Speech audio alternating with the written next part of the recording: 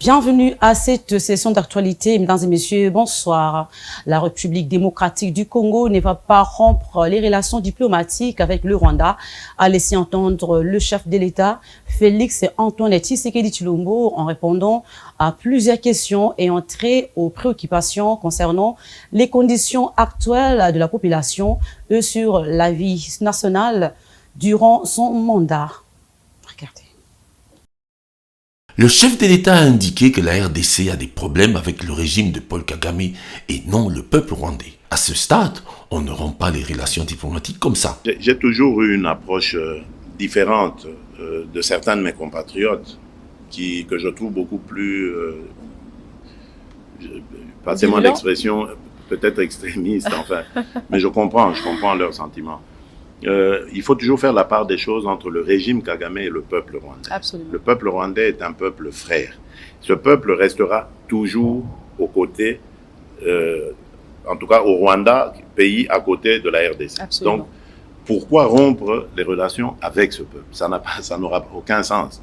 D'abord parce qu'il y a déjà des mariages qui se sont faits, il y a des échanges économiques qui se font, commerciaux, qui se font. C'est impossible. Donc, vous le faites, vous condamnez des centaines de milliers, voire peut-être des millions de gens à la famine à cause d'un individu et de son régime. Non, je ne crois pas que ce soit la solution, celle de rompre les relations diplomatiques. Je pense simplement que nous devrions continuer à mettre la pression diplomatique sur le régime de Kagame. Dans le volet environnemental, le président de la République a indiqué que la RDC allait accueillir le mois prochain les deux présidents des deux pays détenteurs des poumons forestiers mondiaux, à savoir le Brésil et l'Indonésie. Quant aux politiciens qui le qualifient de dictateur, surtout à l'approche des élections, Félix Tshisekedi a déclaré: je tiens à vous le dire, je ne serai jamais dictateur.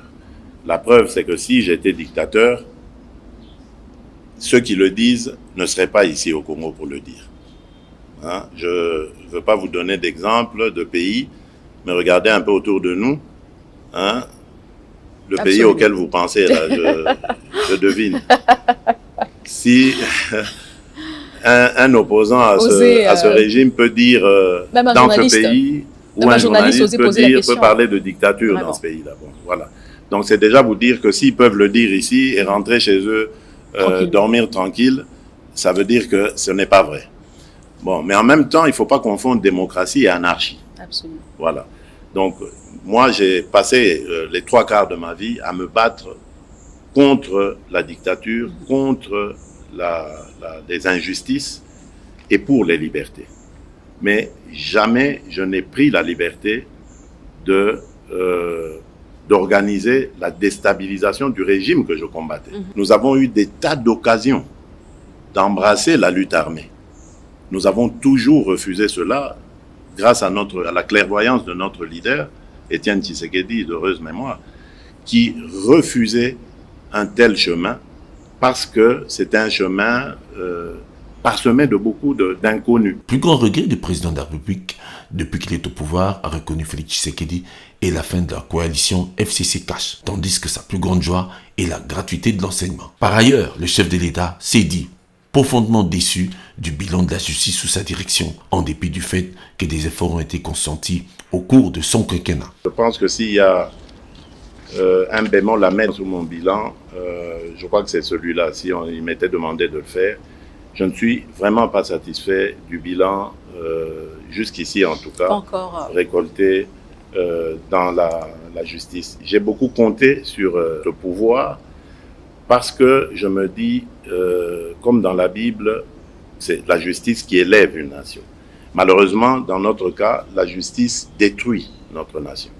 J'ai tout mis en œuvre pour essayer de faire comprendre, surtout aux chefs des corps, mon intention, ma vision. Et en fait, ma vision, c'est de dire, voilà, c'est vous qui connaissez votre métier, exercez-le consciencieusement, tel que vous l'avez appris de vos précepteurs. Mais malheureusement, je n'ai pas l'impression que nous sommes toujours sur le même diapason. Et nous récoltons souvent la critique de de l'opinion de manière injuste, qui pensent que, par exemple, je prends comme ça un cas, lorsqu'on met quelqu'un en prison préventive en attendant son jugement et qu'après on le libère, on pense toujours qu'il y a une intervention de l'État. Madame, je peux vous le dire, devant Dieu, je ne suis intervenu dans aucun cas de ce pays pour demander l'arrestation ou la libération de quelqu'un. Jamais. Parce que je veux que la justice soit indépendante. Moi, je crois que nos institutions doivent toutes être libres d'exercer leur pouvoir sans qu'il y ait de contraintes venant de la hiérarchie ou de qui que ce soit. Félix Tshisekedi a promis des réformes en collaboration avec le Conseil supérieur de la magistrature afin de remédier aux maux qui rongent la justice congolaise. Le président Félix Antoine Tshisekedi a également nommé le samedi 8 juillet dernier de nouveaux animateurs de certaines entreprises publiques de la République démocratique du Congo. Si certains ont été reconduits à leur poste, de nouvelles figures font leur entrée au sein des entreprises publiques. Suivez un échantillon de quelques-uns.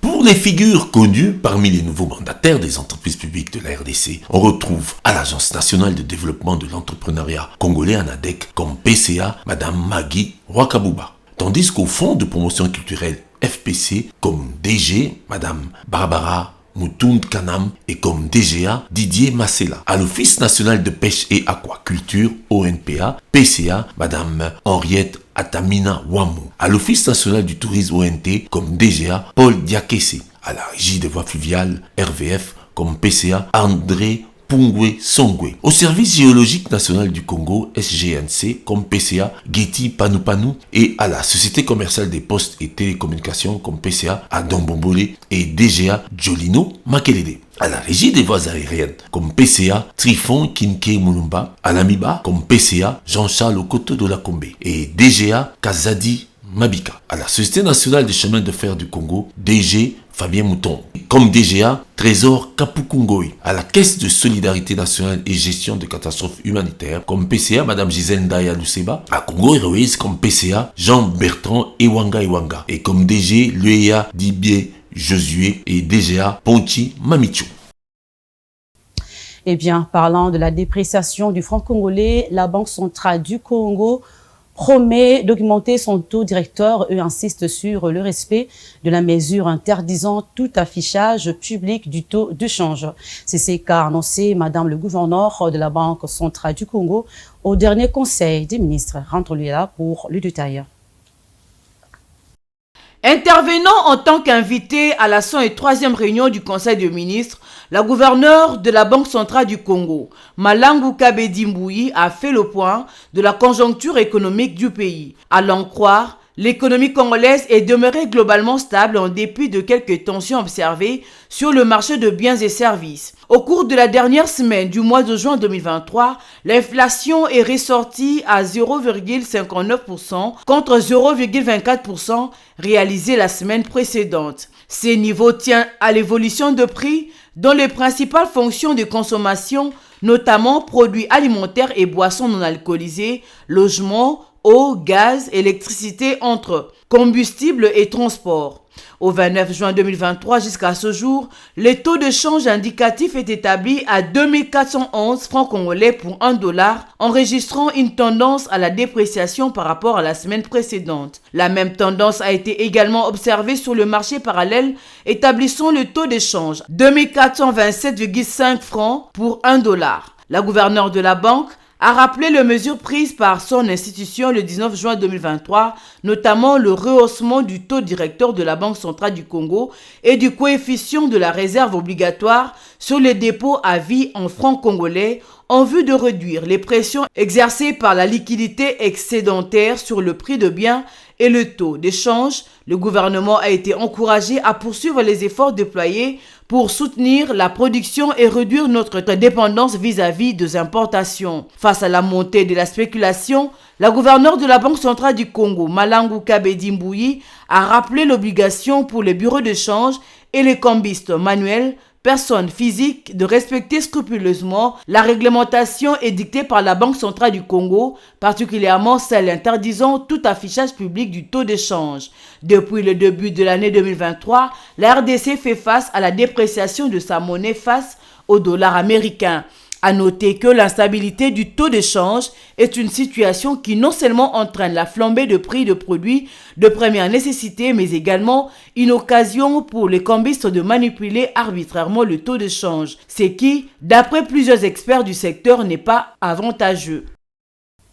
C'est la fin de cette bulletin d'information, mesdames et messieurs. Merci d'avoir suivi. Bonne suite du programme sur Mondico Télévision. Au revoir.